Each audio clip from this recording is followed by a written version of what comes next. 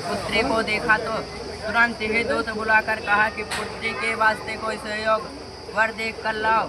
साधु की आज्ञा पाकर दूत कंचनपुर नगर पहुंचा और वहां बहुत बड़ी खोज कर और देखभाल कर लड़की के वास्ते कोई सहयोगवाणी पुत्र को ले आया। उस सहयोग लड़के को देखकर साधु ने अपने भाई बंधुओं सहित प्रसन्नचित अपनी पुत्री का विवाह कर उसके साथ कर दिया। किंतु दुर्योग से विवाह के समय भी वह व्रत को करना भूल गया। तब श्री भगवान क्रोधित हो गए और श्राप दिया कि तुम्हें करुण दुख प्राप्त होगा। अपने काम में खुशहाल साधु बनिया अपने जमाजात सहित समुद्र के समीप रत्नापुर नगर पहुंचा और वहां दोनों ससुर जमाई चंद्रकेतु राजा के नगर में पहुंचे और व्यापार करने लगे। एक दिन भगवान सत्यनारायण की माया से प्रेरित कोई चोर राजा का धन चुरा कर ले भागा जा रहा था।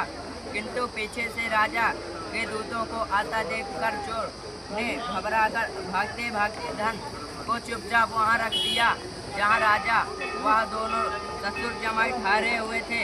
वे दूत उस साधु वैश्य के पास राजा के धन को रखा देखकर दोनों को बांध कर ले गए और प्रसन्नता के साथ दौड़ते हुए राजा ने समीप जाकर बोले, हे यह दो जो चोर हम पकड़ कर लाए हैं, देखकर आज्ञा दे। राजा की आज्ञा से उनको कठिन कारावास में डाल दिया गया और उनका धन राजा ने छीन लिया। इसी श्राप द्वारा उनकी पत्नी भी घर पर बहुत दुखी हुई और घर पर जो धन रखा था चोर चुरा कर ले गए।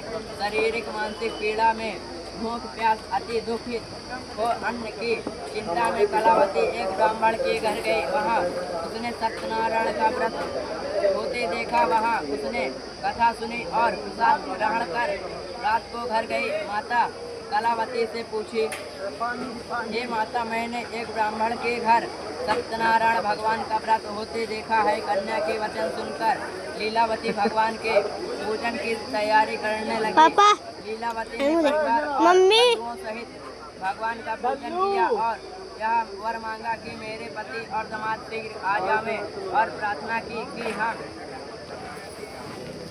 सबका अपराध क्षमा करो। सत्यनारायण भगवान का इस व्रत से संतुष्ट हो गए और राजा चंद्रकेतु को स्वप्न में दिखाई दिए और कहा, हे राजन, दोनों बंदी वैश्यों को प्रातः ही छोड़ दो और उनका सब धन जो तुमने ग्रहण किया है दे दो, नहीं तो तेरा धन राज्य सब नष्ट कर दूंगा। राजा को ऐसा वचन कहकर भगवान अंतर ध्यान हो गए।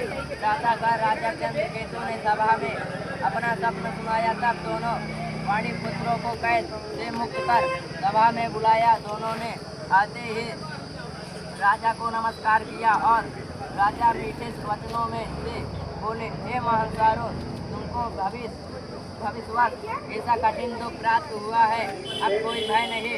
ऐसा कहकर राजा ने उनको नए नए वस्त्र भूषण पहनावे तथा उनका जितना धन ले लिया था उससे दुगुना धन दिलवा कर विदा किया। दोनों वैश्य ने अपने घर को चल दिए। बोलिए श्री सत्यनारायण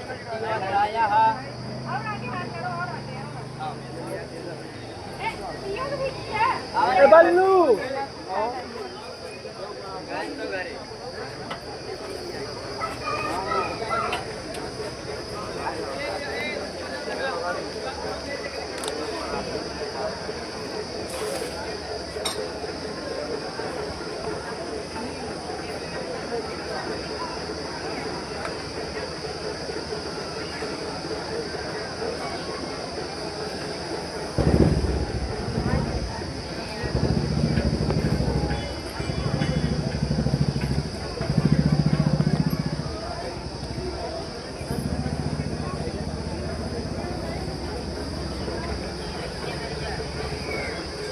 गाड़ी दिखाती है, गाड़ी दिखाती है।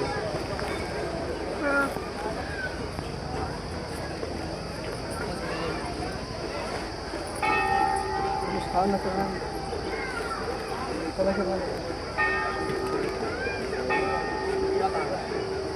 वो बात है ना।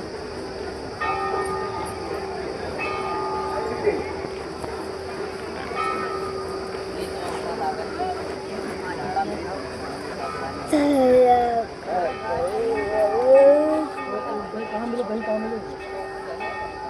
नहीं गाँव में